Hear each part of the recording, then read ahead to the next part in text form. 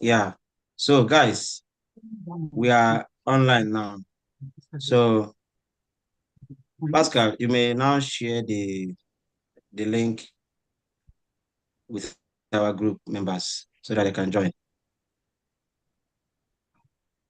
All right, guys. Welcome to this webinar session. This is an opportunity again. We've gathered again today to enlighten the general public on how they can navigate through jobs. So today we are actually going a little bit something a little bit different from the normal scholarships we used to talk about. So today we're talking about jobs, startups, unemployment gaps in the US and other African countries. So welcome all of us to this event today.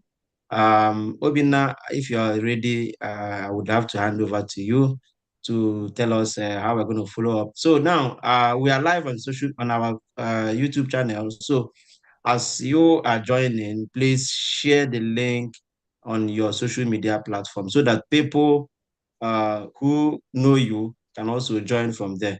So we really want to get to a larger number of persons. So please, as you are joining, share the link with others so that others will join and learn from what we're going to see today.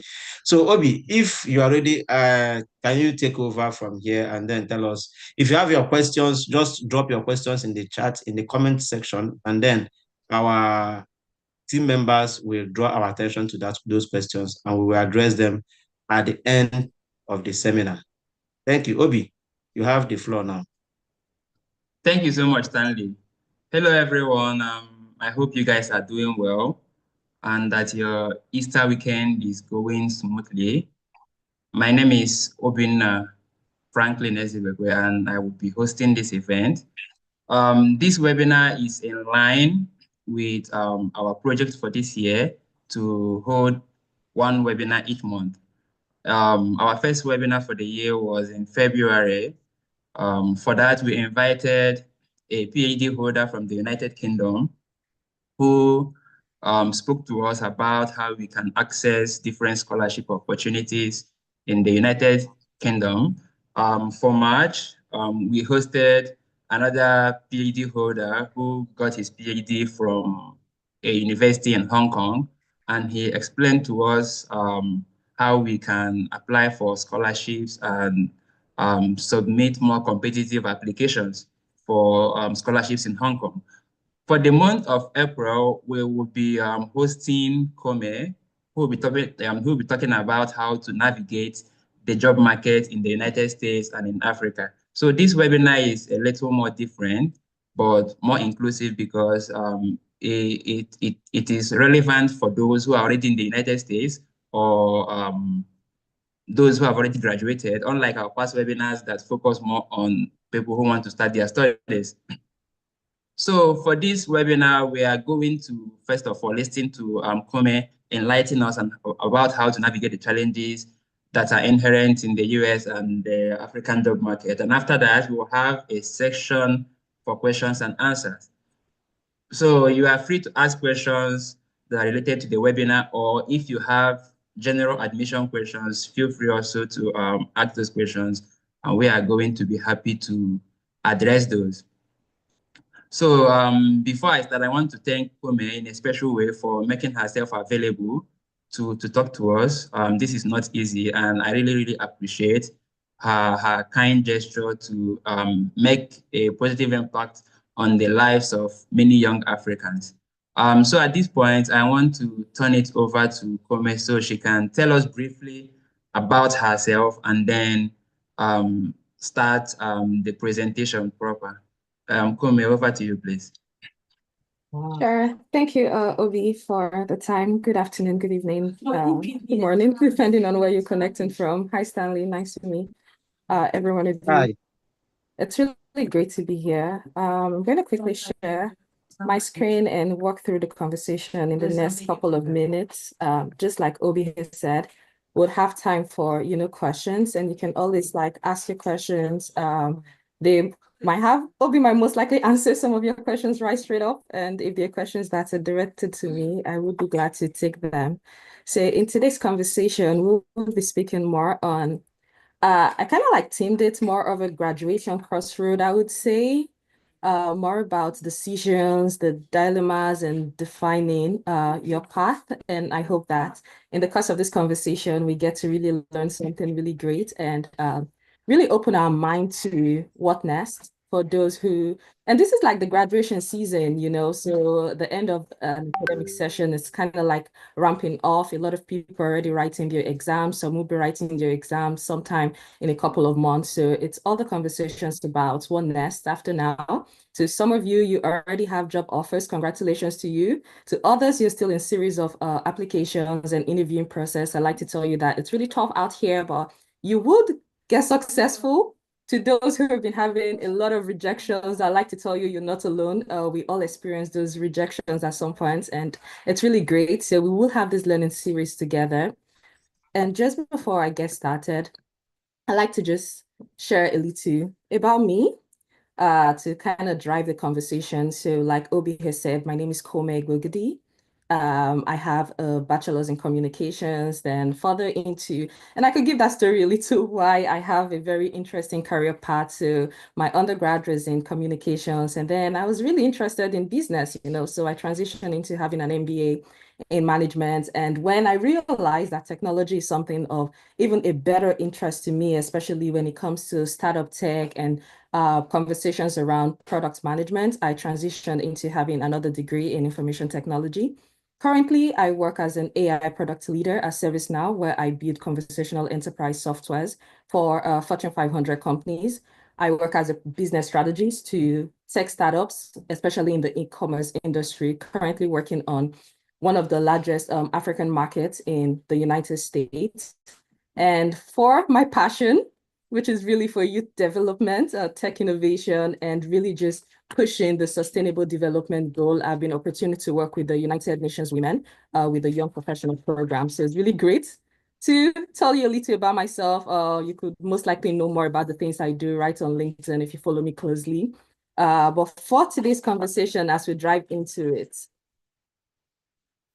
let's take a moment to think, the graduation crossroad and why it really matters. First off, I'm Nigerian, and if you're from the African home, you know that education is something that's of great importance. So for us, you have to go to school. It's even non-negotiable. So it matters in that way. But what happens when you're at the crossroads? So the idea is you go through the university system, which is between 3 to 6 years, depending on what you're studying, with the expectation to start getting something or, more like an investment. So in most homes, your education is like the investment that either your community, your family, your friends, someone, the institution, if you're on scholarship, had put in you. And with the expectation of after graduation, you're meant to return that investment, So returning the investment could be getting a job, which is really closely related to the corporate stability and corporate lifestyle. You're starting up something as a business person, or you're kind of like cooperating or collaborating with someone. You're maybe freelancing, depending on your skill. Or there's the reality that kicks in when you face unemployment. So these are really the reality of what happens at every crossroad. Now, why does understanding this really matter to us? As we go further, we would get to understand, learn some things, and every one of us who are on this call either falls in one of these categories. You're either one or you're two. You can never really be the three. And why do I say that? You either have a job and you're still trying to push your entrepreneurial acumen into starting something. Maybe you have running a business by the side. So usually we say things like, oh, I have a full-time job and I have a side hustle. So it means that you have a corporate job and then you're doing something by the side. In other cases, you're just a business person. You don't have a 9 to 5. You run your business at your will. So you're most likely thinking innovatively, independently, or you kind of have like a freelance in that sense. Now, The other category of folks are people who are not facing the reality of, I'm out of school and I still don't have a job. I've been having a lot of rejection letters, or you got laid off even at your place of work. So you're facing unemployment and you have to understand, how do I even bridge that gap? One thing that you must know is that this is very real. This is very important. And every one of us at some point get to face these things. So it's real and you're not alone. We all at some point face some, and there are ways that I'm sure in the conversation we can begin to see what happened when you either falling into these categories. And now, as we move closer, we get to understand that let's talk about the first set, and that's like the corporate stability. You want to get a job. So we move into taking the corporate route. Most often than not, we all want to do a 9 to 5, or not really 9 to 5, but you want to work corporately because there's just a level of financial stability that you have when you work in corporate. So you see yourself getting to do those things. And one thing that when I was thinking about today, I'm like, I want to be able to share with you guys some of the pros, cons, because it's easy. Everyone is excited. So once you're getting off school, the pressure is really for you to get a job. The pressure for you is to apply for a job. The pressure is that someone just got an offer and you're beginning to feel less of yourself, or you feel like life is revolving around a 9 to 5. But you need to understand that there are certain challenges that come with that, and we're really going to, discuss that, as well as, so what next? What do you do? I itemize all of these conversations into 3 bullet points to kind of like help us think and navigate through that. So if you're taking the corporate route, what are some of the pros? Let's think about it. First off, stabilities and the benefits. So in the US market, when you're working for publicly traded companies, you have certain benefits. You have like your base salary, you have some compensation salaries, you have some bonuses. In some organizations, you have some stock bonuses as well. And then there's like the health insurance and things that you can really get to go. And you have the monthly pay, meaning that there is a monthly stability. The difference between the Nigerian job market and the American job market is why the Nigerian system kind of run with the once monthly payments. I believe in most organizations, the US kind of do a bi-monthly where you're paid in 2 sprints. So you kind of like plan in 2 weeks for your finances and utilize it. When you're in maybe Nigeria or some other organizations that do a monthly payment, you have to plan for the entire month. But there's just the stability that comes with you having a job. Now, another pro of going through the corporate route is you have a clear growth plan. So for an example is that you want to go into, let's use product management, which is like the sector I'm in today, as an example. Once you're getting off the university, you studied information technology. So for me, I studied information technology and I knew I wanted to be a product manager. So getting straight into the corporate route, I'm going to start off as a product manager. And I know what that growth plan is. In a couple of years, I'm going to get promoted into, a senior product manager, into a principal product manager, up until a directorship or a VP level. And you know that this is a career path for everyone. So it's kind of like defined. Most often for businesses, you have to navigate a career plan, especially because the market is very diverse. It's changing a lot. You see a lot of entrepreneurs or CEOs who started a business, and in the next 2 years, you're like, I don't think this is really working. We want to change it. So there's that inconsistency that you don't really get if you're going the route of corporate. And that's why sometimes it's kind of safer for everyone to start off in the corporate route. Now, another pro of taking the corporate route right after graduation is the mentorship opportunities that you have. Now, the mentors could be your immediate employer, could be your manager, could be friends that you meet off work, could be your colleague. And as we take further even into this conversation, you get to understand a little more about the importance of mentorship, because I want to be able to, address this even better and further.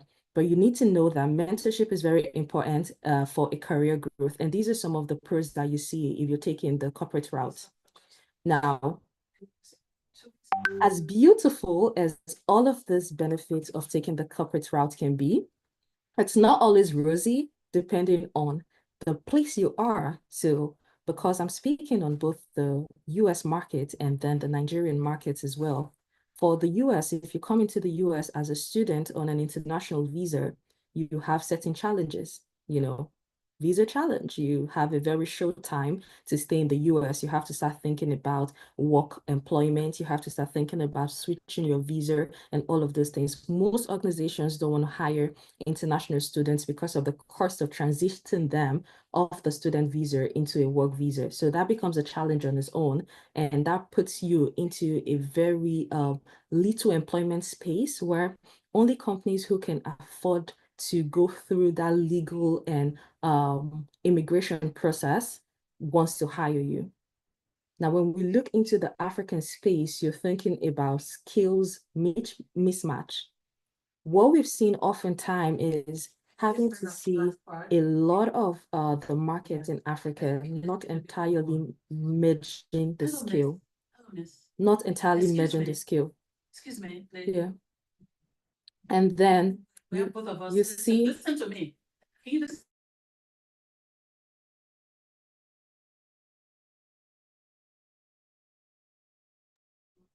Well, is there anybody speaking from the background?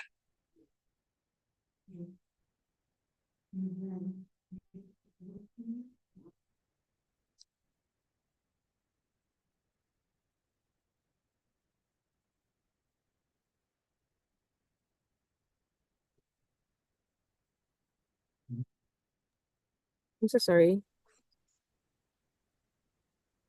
Okay. Yeah. So like I was saying, some of the cons that we have seen is that you have what we call the skill mismatch that you see in both like the African markets, So you get to see this in a way that most organizations aren't really tailored in that way for the skill. So it's like, did you go through all of the years in school to kind of like work in certain places? The offer that you get isn't kind of like matching what you studied in that case. And in some cases, it's kind of like undervalued. So there's all of the skill mismatch that work into the corporate route. So you have to tell yourself, is this the route you want to take? Is it good enough for you? Do you want to do this? Right? And then there's the whole competitive market as well.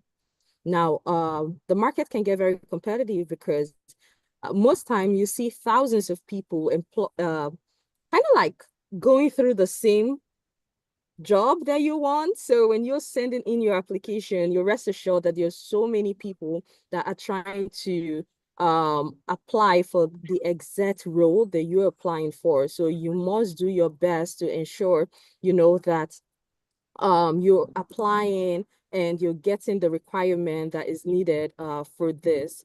And then just looking into some, success tips that are very important is now that you know that the corporate route is where you want to go to, you've understood the dynamism that comes into the entire market space. You're understanding that this is really what you want to position yourself for greatness. What are some of the success tips you could look like?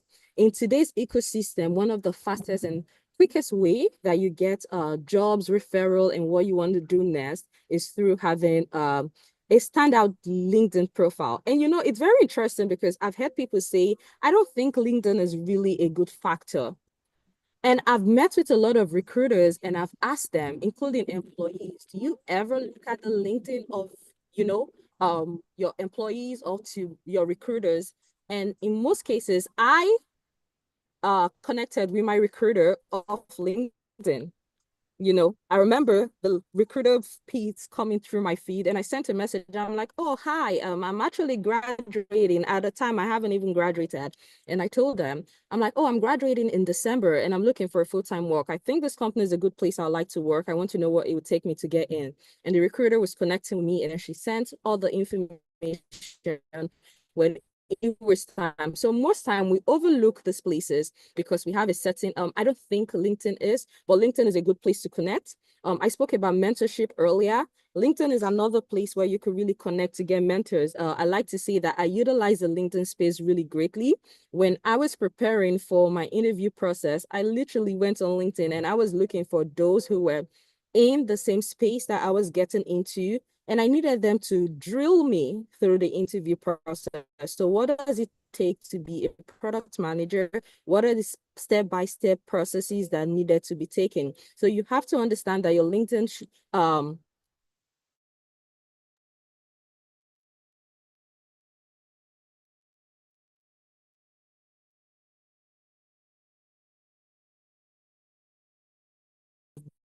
very important.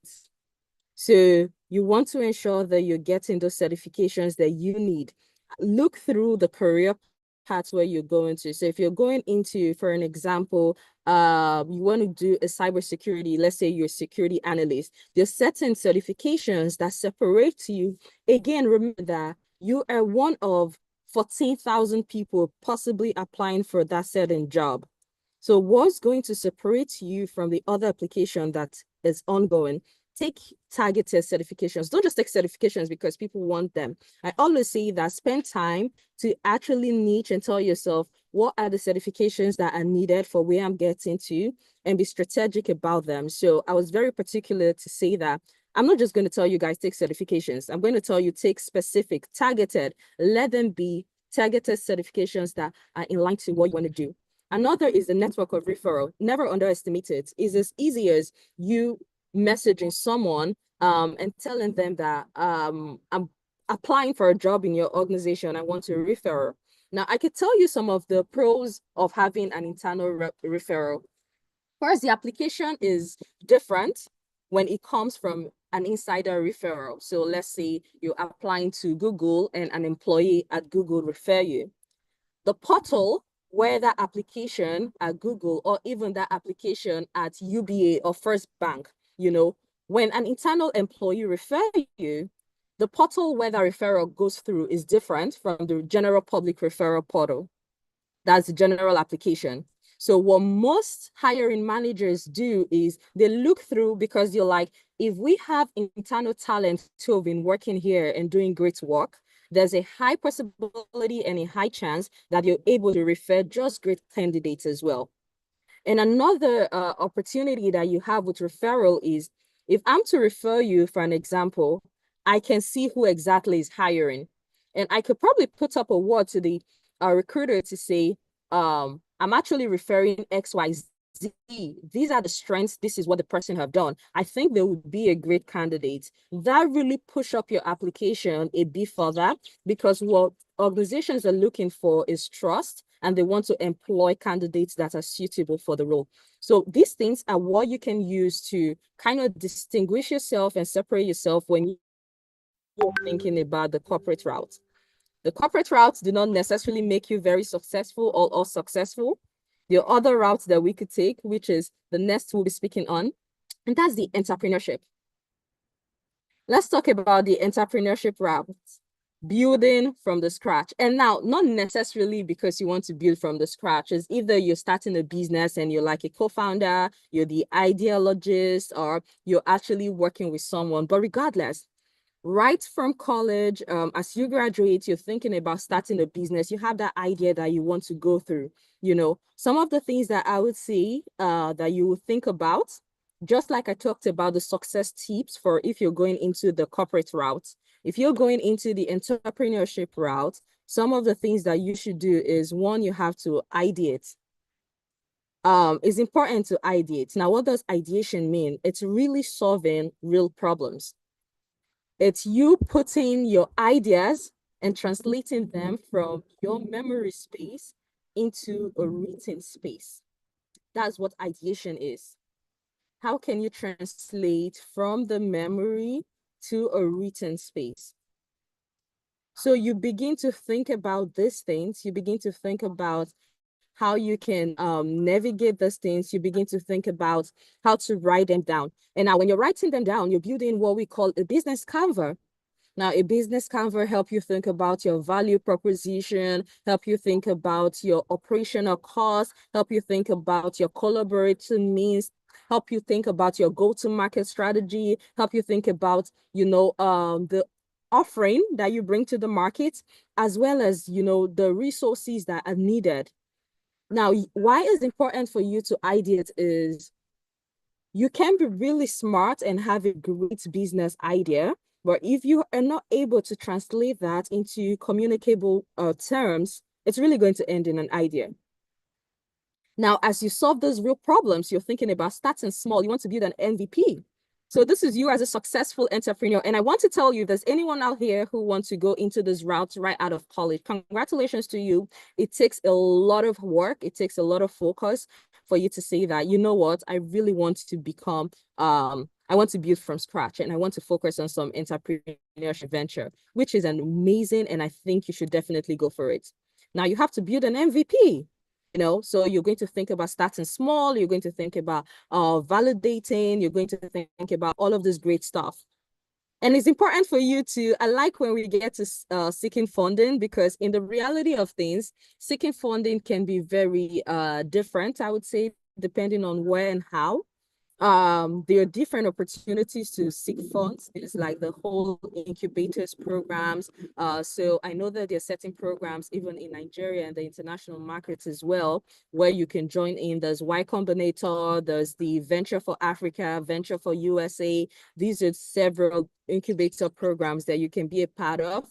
And then you get trained for a couple of months, and sometimes you get like even some investment opportunities, some grants as well. There are other grant applications out there that you can utilize for, getting this. I know that one of the biggest and largest known fundraising platform is the Tony Elumelu Fund, I believe.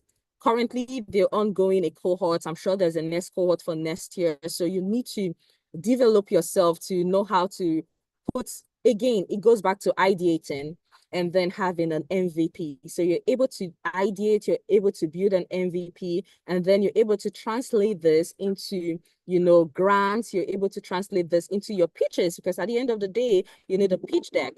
And then collaborating, sometimes entrepreneurs want to do everything by themselves. Remember that you just graduated. Remember that you need to work with someone. Remember that you need to partner with someone as well. So if you're listening to me today and the entrepreneurship route is something that you have interest with, you could most likely just chat or, just type on the conversational floor right now, put on the chat what you're doing. You would be surprised that there's someone else who has interest in what you're looking for. Connect with the person, have conversation, learn about what you're doing. Is this someone that I can bring into what I'm doing? Is there a way that they could solve part of the problems or solve part of the areas of concern that are needed? So these are some of the things that you must look out for. I call them the success tip for entrepreneurship routes. If after graduating, entrepreneurship is something. But even as we have explored the corporate routes, and then we've explored the entrepreneurship routes, life sometimes can just be very unplanned. There are moments where you get to see things that you really didn't plan for. You've gone through school, you studied hard, you had internship, and things were great. But what happened when after you graduate, things didn't work out well? You've spent, 6 to 18 months. And these are like some stats that I wanted you guys to see. So if there's anyone here who most likely has graduated or is graduating and feel like I haven't gotten a full-time job, I don't have like the entrepreneurial spirit, and it feels like I'm not sure what to do. When we look at the average employment delay rate globally, it takes 6 to 18 months. We have 70% of youths in Africa who are unemployed. And there are about 45% of graduates who face initial rejections. Very sad, but this is the reality. And now I'm bringing the statistics to you because I want you to know that you're not alone, but you can get better after today. There are certain things that you've learned today in either choosing the corporate route or going through the entrepreneurship route to get yourself out of the unemployment base. Now, when things don't work out, you want to really take time to navigate within. Do I have the right skill? Do I have what it takes? Have I seeked these opportunities that I've learned? Are there things I want to get into? You know, and I remember when I was speaking to Obi earlier, we were speaking about, you know, the US market versus the African market. And I felt like it was great to kind of like bring into that differences for us to really see the opportunities out there, because there is a global rush in kind of like transiting from Africa into the Western world. In fact, last week I was at Harvard University at the African Development Conference, and we're really speaking about this. And very surprising, you would be surprised the amount of human resources that have transited out of Africa into the global, especially the American and European markets.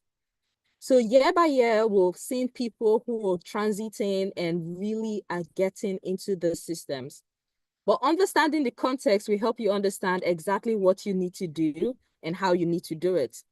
So let's kind of like think about these different opportunities, both in the United States and the opportunities in Africa. And then we can talk about, you know, the overlap that we have in these two places. So if you're in the United States or you want to transition into the United States, you can get to make the decisions even better. If you're in Africa or you want to transition to Africa, you can make decisions better as well. And then we can look at these two places and really make some important decisions together. Now let's look into the United States. You know, so in the United States market, the context that is richer is sets that you 6 figures depending on where you're working at the first time college with a bachelor's degree to get your first job in 6 figures depending on where you're working at. The reality is dealing with a global space, dealing with people from the global market, you're dealing with people who are diversified into all of these places, people who need to understand that they can do these things in some ways. There's an international student in the United States. So that separates you from certain organizations who are like, you're really a great candidate, but we're sorry, we are not really sponsoring international students right now. Because as an international student, you don't have the liberty for a full work. I think in the US, there's the work authorization for F1 students at a certain time. And then that puts in that sponsorship hurdle, and you're between, do I get to go back to school? Do I get to leave the United States? It's just that employment unrest that you get, because it feels like every day is a closer date to the last day of your immigration status, you know. Then we have a very high tech dominance in the US. And it's so crazy that it's making everyone think if I'm not in the technological sector, then I'm not doing good enough.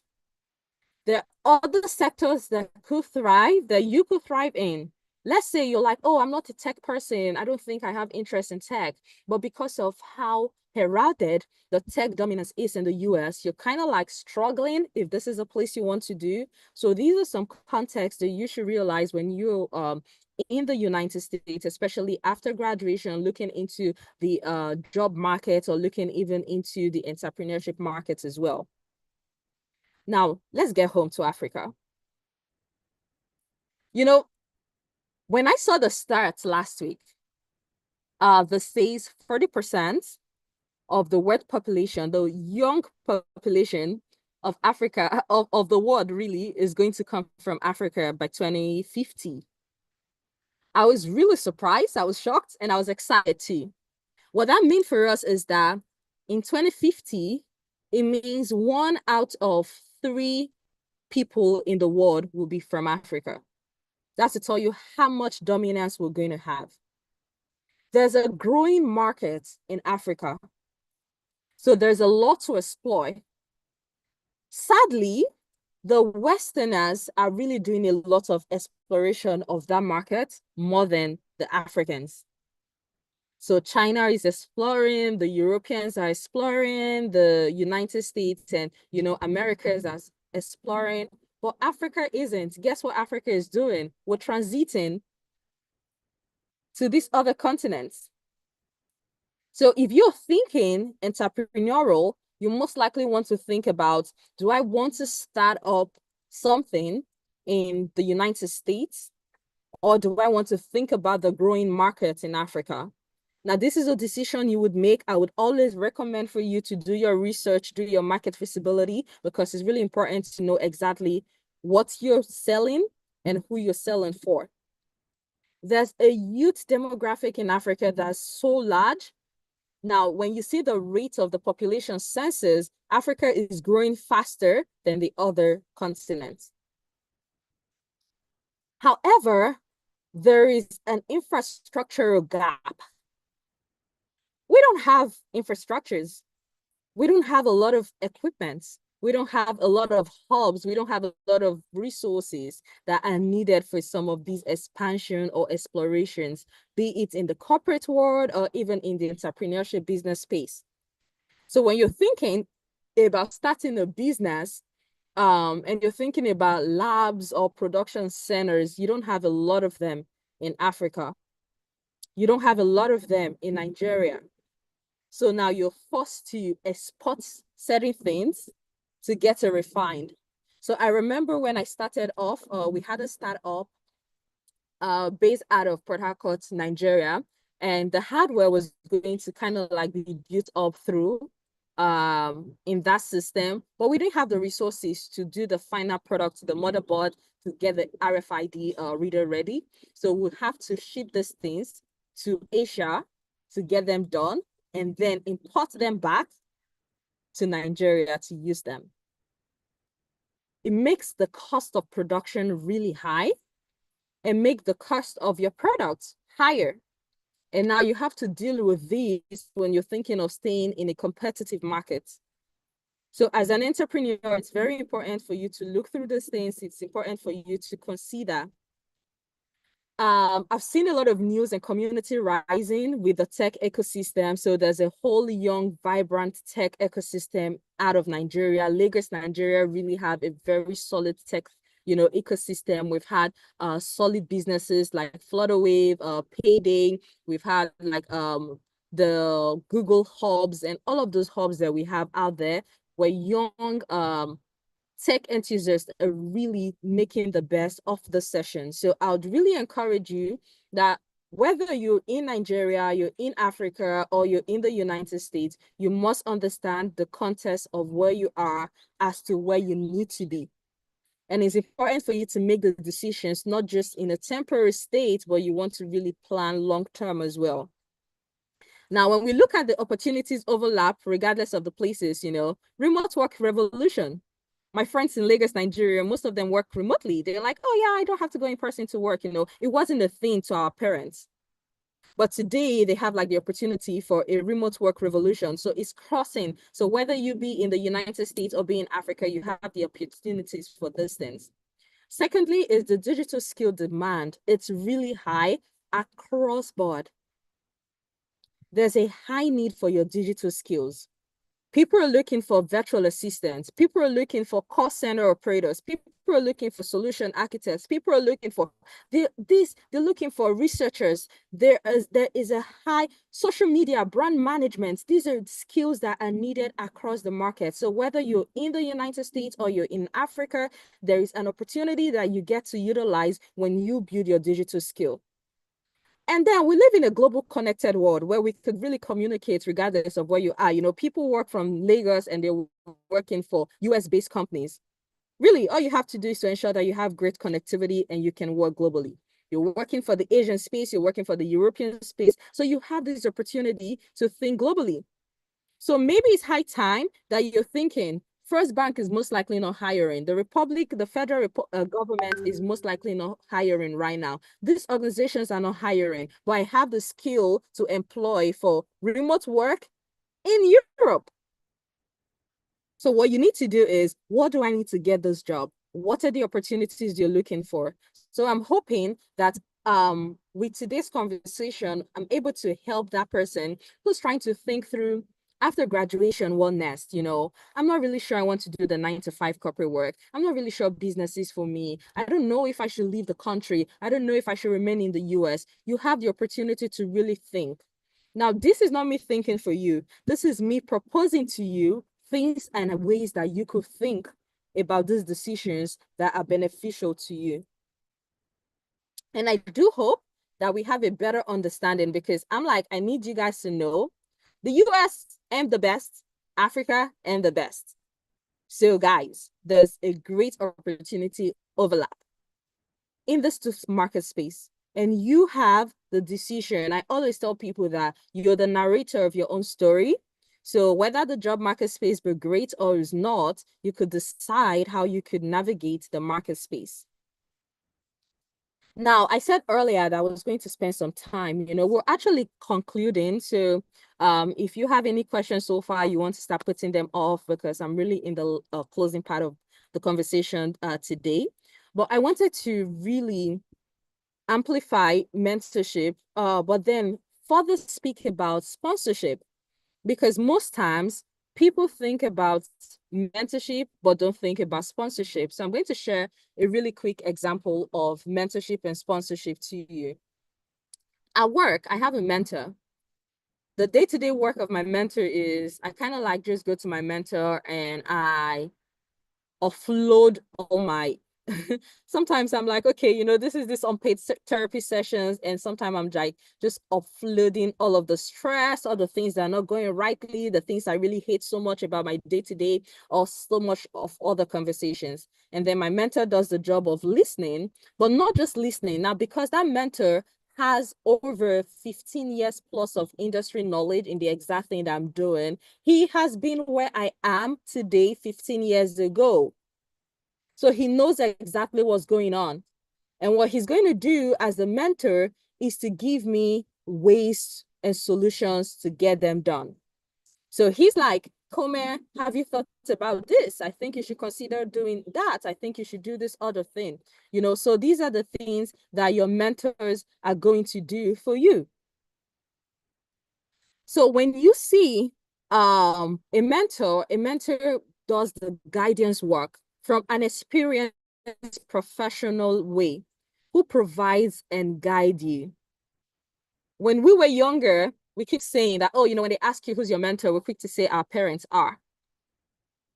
They are a certain kind of mentors, but if you're thinking either from the global space or from the entrepreneurial space, unless your parents are in the entrepreneurial line that you're getting into, or they're in the corporate work you're getting into, they're not the ideal mentorship for where you're headed to. So they can be your mentor, but when it comes to you looking for a job, you need a mentor who has been in that space. You need someone who have the experience professionally, because your mentor is going to help you build industry knowledge. Your mentor is going to offer career navigation support. So my mentor is telling me when I first got into, product management, my mentor is like, I'm seeing the trends in technology. And AI looks to be where the trend is navigating to. And I'm seeing that in the next 5 to 10 years, generative AI is going to become a thing, is becoming the revolution in this 21st century. So what I want you to do is go find yourself a product that is revolving around AI. At that time, I was working at Yahoo. Now, I started working in Yahoo as a product manager on Yahoo Mail that we all know today. And then I moved to the Yahoo Commerce team. But the team weren't really focused on AI. I knew that I needed this. So when my mentor is telling me you need to go find yourself a product that is circled around AI, this is what the role of a mentor is. And I, as the mentee who have to listen, am like crossing through and getting myself to opportunities where I'm centered around AI. So I got a job with ServiceNow where I'm now focused on being an AI product leader. Few months down the line, I'm seeing the buzz. My friends who have been in the industry for years before I got even in there are like, oh my goodness, AI product managers are earning more. AI product managers are people trying to employ AI product managers. This is what your mentor is going to help you do, because your mentor has been there for a while. While you're short-sighted, trying to navigate the market space, trying to just be an employee, trying to survive, your mentor has seen the progression over years. So your mentor is able to help you navigate and support you. Your mentor can literally tell you, I don't think this career path is going to have a lasting impact. And now your mentor can provide you emotional and psychological safety. There are certain things you can tell your manager, of course, but you'll be able to tell your mentor these things. So can you have a mentor in your place of work? Yes, absolutely. I always say your manager isn't your mentor. Get a mentor out of your team, get a mentor out of your organization. When your organization is pulling so much weight on you, you want to lean on someone who can actually help you see the path. Now, let's talk about sponsorship. And I'm going to give an example, so it's very relatable. I spoke about my mentor who's not in my team that I really go to and I complain. But I do have a business leader who is one of our VPs at my place of work. I had the opportunity of spending a day with her in a senior leadership conference. And I was kind of like just moving around with her. So she got to learn more about what I do, my interests, my struggles, and those things. And a couple of months, it was just a one-day thing. It's just one of those opportunities you get to sit and be closer to your VP that you never really get again. But a few months down the line, it was on a Friday evening, I remember receiving an email from my director, and it's like, there's an opportunity on a different team, and this VP just recommended you for that team. It was going to be like a more senior team. It was going to give me visibility. It was going to give me ownership. It's kind of the place where you say, oh, you got a promotion faster than you deserve it. But what that actually is sponsorship. Because what your sponsors do is they advocate for you from a place of influence. They promote your visibility and advancement. Your mentor do not necessarily equate to your sponsor, because most times sponsors do not have time to be mentors. Sponsors don't have time to babysit you. Your sponsors don't have time to hear your day-to-day rants. Your sponsors, you probably don't get to talk to them in 1 year.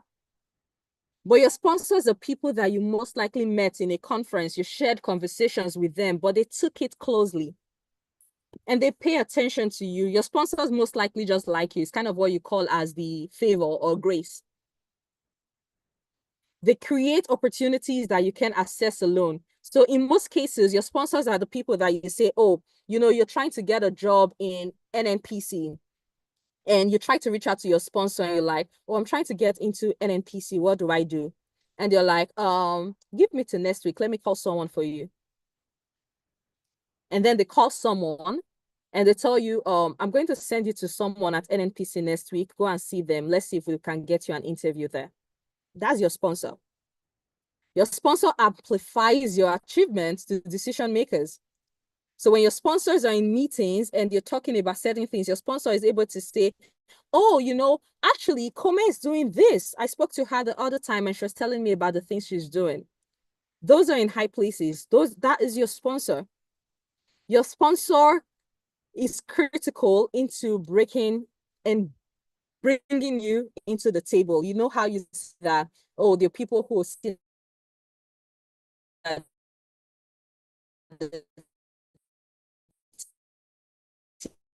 table and you're trying to get someone into that table. That's your graduate. It's very important. So if you don't have a mentor today, if you don't believe in mentorship, I really want to encourage you that mentorship is real. It's easy to have a mentor. There are mentors that and guys, you see those people who are motivational speakers that you like, and you watch their programs every morning, their podcasts. They are your mentors, but not this kind of mentors. The kind of mentors I'm talking to are mentors that know you by name and you know them by name. Why those other mentors that you listen to on podcasts every day are important for you to gain those knowledge, you must understand that these real life mentors are needed, especially in this space. And don't limit yourself to mentors who are within your ecosystem alone. So if you're in the United States and you want to get mentors in Africa, trust me, there are mentors in Africa who are doing really great. If you're in Nigeria or Africa or any other part of the world and you want to get mentors, again, utilize the professional platforms. Reach out. Don't be, I always say the worst that you would say is no. That's the worst you get from anyone. But no is the same as not having it. So it really doesn't hurt to ask. There's someone who you like today, you have access to them on LinkedIn, send them a message. Introduce yourself. Tell them what you're looking for. Be straight. Don't play it. I always tell people, and most time, one of the things that I found out even from my mentors as well is that mentors don't like when you approach them and you're taking your time and running. Don't come telling you, I really like how you speak. I really like, no, you're wasting your game time. Tell them straight up, hey, hi, I'm Kome. I'm based in the United States. I'm a product manager. I'm looking to transition into Gen AI products. And I see that you've been in that space for a while. I'd like to take once a month of your time, 30 minutes or an hour to really discuss progress and industry. Would you like to share this opportunity with me? It's simple. They're going to see that short intro and they're going to look through you and be like, okay, I can do this. No, I cannot do this. Yes, I want to do it. And they will. If they want to, good. Congratulations to you. If they don't want to do it, okay, you move on to the other person. But I really want to ensure that I'm able to help you guys, not only tell you about the different things that you can navigate after you graduate, but also telling you what can help you even scale faster. So mentorship, sponsorship, very important for you to, scale faster. Seek them. Sometimes, like I already told you, social way of getting them. LinkedIn, one of the fastest. Networking events are places you get to find them. So sometime, instead of going to some parties, look for networking events, professional networking events around you. Pay for them if you have to. Attend them. Be strategic. Don't just go to networking events with just the interest of taking pictures and just sitting because you're quiet and you're shy. Some years ago, I wouldn't go for some programs if my friends aren't going because I didn't want to go alone. Right now, I'm the driver of my own life. I'm going to run there if I have to. Your alumni association, I keep saying this. You went through a university that has 10,000 others that went through that.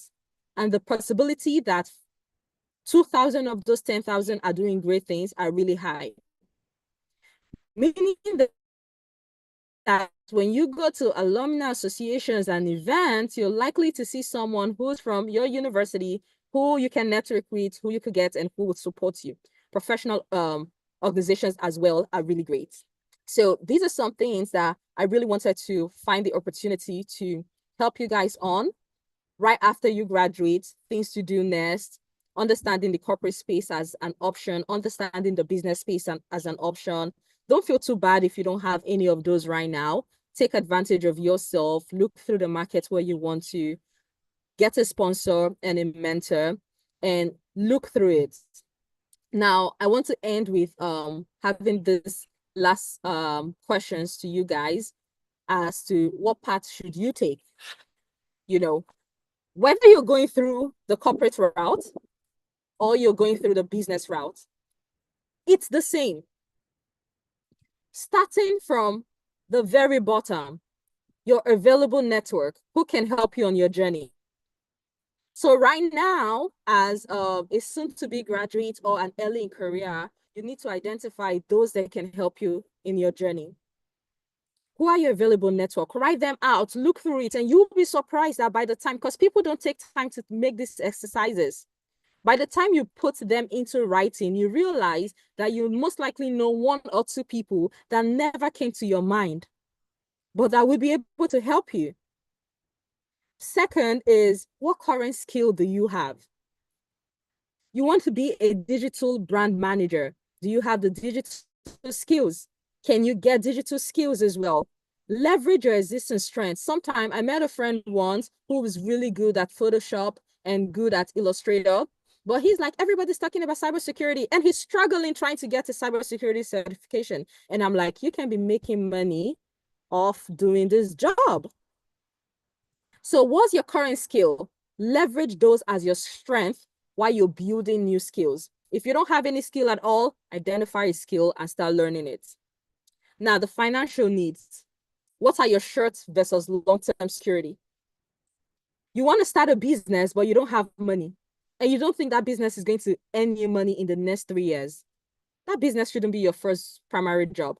That business should be a secondary job. Go get a full-time job that's going to give you money.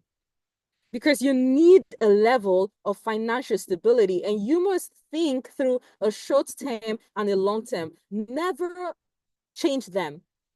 Never get too comfortable. If you're an innovator and you want to build in the business space, never get too comfortable in trying to build a business than staying in a corporate job for long. So have your vision. Tell yourself, what do I want to do? How long will it take me to get there? We have the long-term vision. Where do you need to be? This is the ultimate factor. And this will take you to the end of where you need to be at every point. So don't forget that the path you need to take, start by searching through your networks, get current skills, or build the skills if you don't have them. Have a short-term versus long-term financial security plan. Then ensure you have a long-term vision. It's very important. And this really brings me to the entire conversation that we've had about, navigating the crossroads, just ensuring that we do the day-to-day best to be all that we are expecting to be in our lives. And I always stay connected at every point. I don't utilize the platforms a lot, but you can always get through to me. And I'm glad to kind of like give you tips once in a while when I have time. I do help people review their resume. I don't really do that. So I'm not saying send me your resume on LinkedIn, but if I have time and we've had like conversations, there are things that I can kind of do. And that brings me back to, the initial goal when I say that I'm passionate about empowering young entrepreneurs. And even through my service with the United Nations Young Professionals is one of the things that I do. And I have the opportunity to learn these things. I want to ensure that I'm not the only one who knows them, and there's someone else who's thinking about others. So as I do that to you, is with the expectation that you do that to the next gen that comes right after you as well. So it was so great speaking to you. If we have any questions, I most likely will be able to take them, and I'll be handing back to Obi for the conversation. Thank you so much for having me. Hey, thank you so much, Kwame, for the wonderful presentation. This is one of the best presentations we have had. Thank you so much for the time that you put into preparing this awesome slide. I love how it looks, and I love how you were able to break down all the processes involved with making employment decisions, talking about getting a job, setting up a startup, or maybe facing the unemployment gap. Thank you so much. I really appreciate it. And I also know that our audience, who are mostly on our YouTube platform, also really appreciate the insights you have really shared. Thank you so much. We really appreciate it. For the questions, I can start with some of the questions I have gotten from a lot of our mentees. And it is about how to frame the unemployment gap. So sometimes students come to me and tell me that they have had a gap. Let's say they graduated with their bachelor's degree in 2012 and they didn't get a job until, let's say, 2015. How can someone like this frame this gap in their CV or maybe in their resume to make sure that they don't face that stigma that goes with having unemployment gap or even education gap? Thank you. I think that was a good and honest question as well. I really don't believe that anyone is idle unless there is maybe a medical reason to be idle. So in between where you had the work gap, there was something that you must have be doing. I'm a Christian and I'm a worker in my church. One thing that I always tell my first timers, because I'm in that department, is that right here in church, the opportunity to serve can be translated into my career. So when I started off as, I started modeling it as human resource was skills I learned in church leading other people. So if I had a career gap, guess what? I'm going to put the skill in my resume. If I'm a product manager or a project manager in my church, I'm going to put that in my career gap. I wasn't official, and I'm going to put it as a voluntary role. And when you ask me a question as an employer, I'll tell you that I got out of job or I got out of school at this time.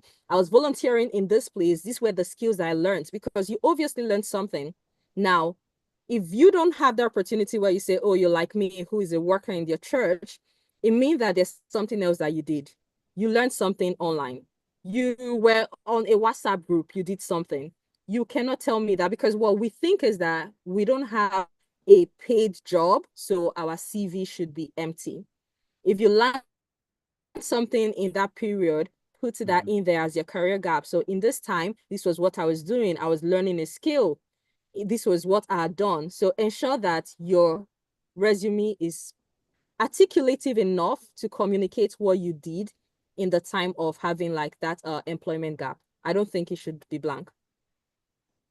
Thank you so much for that answer. And I also want to remind our audience that after this live event, we are going to have this webinar uploaded to our website so that people can watch them at a future time. Yeah, thank you. So another question I wanted to ask you, I know you are the expert in this field and we would really appreciate your insights. Another question I want to ask you is about startups in Africa. So recently I started to volunteer as a mentor for the Tony Lumelu Foundation, and there is a young man who I have to mentor. It is a new experience for me and I'm just trying to be as helpful as I can to him. So I wanted to ask you, what are some of the challenges you think that startups in, let's say, Africa face in relation to the US? And then are there some opportunities, probably global opportunities, that African startups could leverage to make sure that they survive? I think there are so many challenges that any startup could face. First, internal challenges, the founder's capability. But let's say that's not what we're talking about. We're not talking about the founder's ability to be a leader or even having the right skills to actually build that startup. We have funding as a major challenge, I would say. Not a lot of funding access around the startup space. We have the economic inconsistency. So right now we're battling with a lot of, exchange rate drop, it's a lot of mess around. And then there's the government instability, I would say. There are the political issues that can kind of like affect any startup. There are personal interests. There are the legacy business owners who aren't really willing to let the young people take over the business space. So there are a lot of issues if we have to dive into them. But are there opportunities that startups have and they can take? I believe so. I believe so greatly. Again, congratulations to your mentee, who I really think fantastically that the Tony Lumelu series fund is actually a great one. I like the fact that young, innovative entrepreneurs are able to leverage that to kind of like just learn. And then there's kind of a level of seed funding that gets into it. So that's one advantage that could be taken. The other advantage from the government, I believe, I know that some areas like the oil producing areas, the like grants that runs around the NITDA and NCDB and things like that. But there are international opportunities as well. I spoke about Venture for Africa. That's a space that I'm not entirely sure the requirements, but that's a space that could be leveraged. There's Venture for America, but that's really solely to American citizens and residents.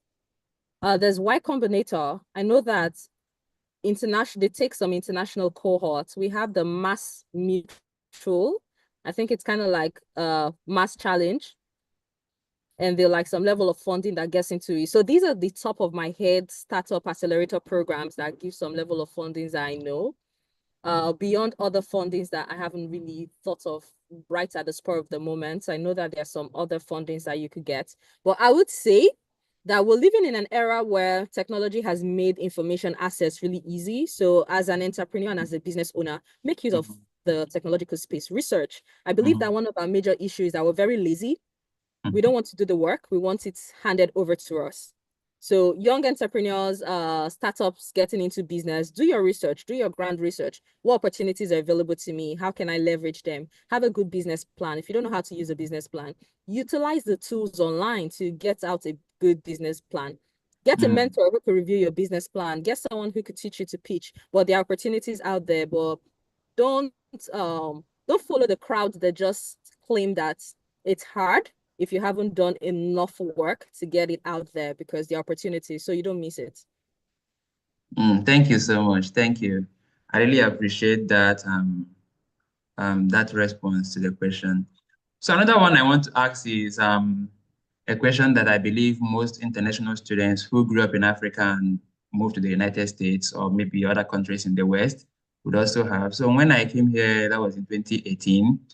After about 2 years, I started to think about doing internships. And one issue I faced was interviewing with US companies. It was my first time, and there was no one to tell me what to expect or anything like that. So I was just moving with the flow. And over the past 4 years, I would say I've kind of like interviewed with a lot of companies, probably more than 20, and I've had some experience. And I try to also conduct mock interviews for the younger African generation, just to kind of prepare them for the differences that they could face. So I wanted to ask you if you have any ideas that new international students moving from Africa to the US and other parts of the Western world could leverage in terms of adjusting to the US labor market, especially the interviewing practices. Okay. Quick one, be true to yourself. Learn. It's an open market. And I could just share something real quick. So I had the opportunity of like sitting with some recruitment exercise,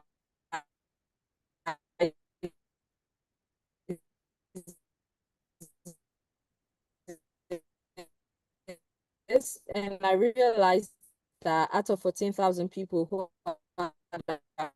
applied for that job, there was not 7,000 people who were applying for a job, and not even one wide. But in most times, I think we're hitting counterparts.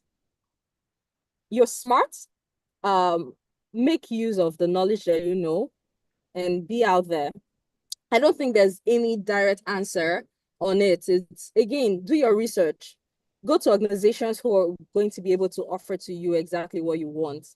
If you're an international student, you know exactly well that you want a change of visa from your student visa into a work visa into a residency visa. So go for organizations who can deliver to you what you want, and ensure you work twice as hard to get the table. Yeah, thank you so much. Thank you. And I mean, one thing that I would say Africans who live in the United States should take out from this journey is that you are in charge of your journey, and you just have to take the initiative to learn, or even if it is to find mentors, just like you said. I mean, I love the idea that you gave. It was very practical, because it's people always say find a mentor, but believe me, it's a very difficult thing to even figure out how to go about it. And you made it very easy, just on LinkedIn. Okay. And I mean, so the idea is just take initiative. It is your career, it is your goal and your objective. So no one is going to do it for you. Most of the work comes from you. And one thing I've noticed about many top mentors is that they don't just take anyone as a mentee. They look for those ones who have the capacity to grow. Okay, those ones who are probably doing something tangible already, and then give them that extra push to get them to the very top. So, I mean, one message we're trying to pass across is take initiative, learn, try to be ahead of the curve, and yeah, for sure you're going to enjoy that career growth. of your dream. So I don't know if another person has another question to ask. I don't want to ask all of the questions. We have an expert here. She is very knowledgeable in this field, as she has proven through her presentation. And yeah, if anyone has a question to ask, please go ahead.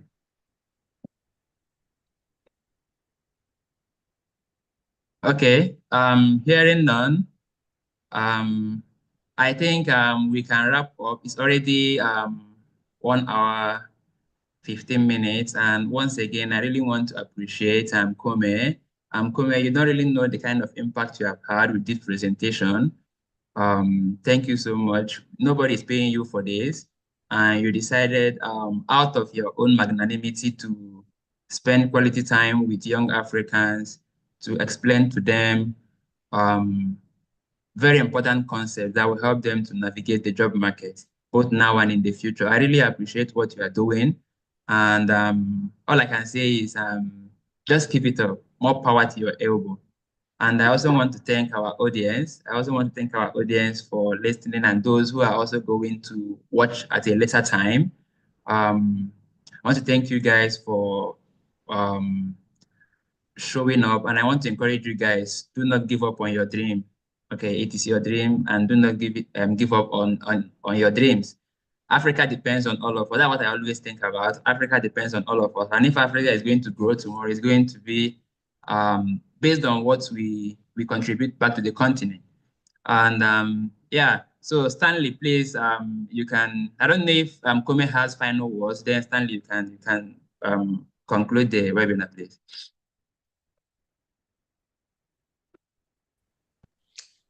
Okay, so Kome, I don't know if we have any other word, but then I must say that I really enjoyed your session. It was very, very insightful. Oh, she has even, I think she's still there. So She says I she am, has to go get something. okay, so I'm very happy that she shared this knowledge with all of us. And then coming from the aspect of job market, it's something that is very, very crazy out there.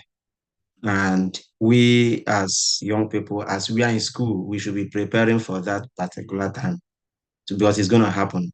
So I am very happy about this particular event today because it's actually preparing a lot of us for the future.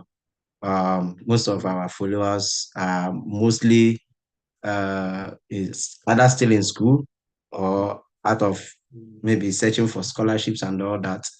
And at the same time, most of them who are in school are still one day gonna graduate. So always go back to this video to watch because I have really come to realize that there are so many job search engines that you can use to get a job.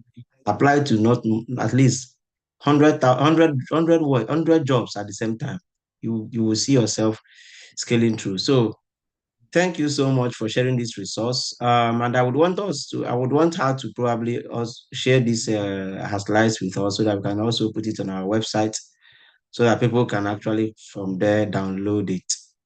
So the video is there for us, and I thank you guys for your active participation. We look forward to our next webinar, which is coming up on May 3rd, 2025. And then that one is going to be a different webinar, basically on F1 students. I mean, how you can navigate through the process of getting your permanent residency in the United States as an F1 if you choose to. So we are going to have an attorney who is going to come here on that day to express and to explain to us the in-depth knowledge of how to apply for the EB1, EB2 NIW, and also the current policies of the current administration as to how it affects international students, and then the do's and don'ts that you should know as an international student living in the United States. So that very webinar is going to be very, very insightful. It's for everyone, both those home and abroad, because as you are preparing to come here, you need to have information of what happens here. So that when you get here, you will be fully informed of what's going on here. And then for those of us who are already here, we need to also be informed, because they say information is power. And if we don't have the information of what's happening in the country, we might fall into the wrong hands, or we might make mistakes that might jeopardize our immigration status. So that webinar coming up on May 3rd is going to be very, very insightful. And very soon, we're going to publish the flyer out, and everybody will see and join us through this platform. Now, as we go on, we will also send out a survey very soon to everyone. If you have questions on EB1, EB2, other ones, H1B, anything, any information, any questions you have, you will have to drop it on the survey that we're going to send out to you guys. Then the immigration attorney will be live on that day to address those questions.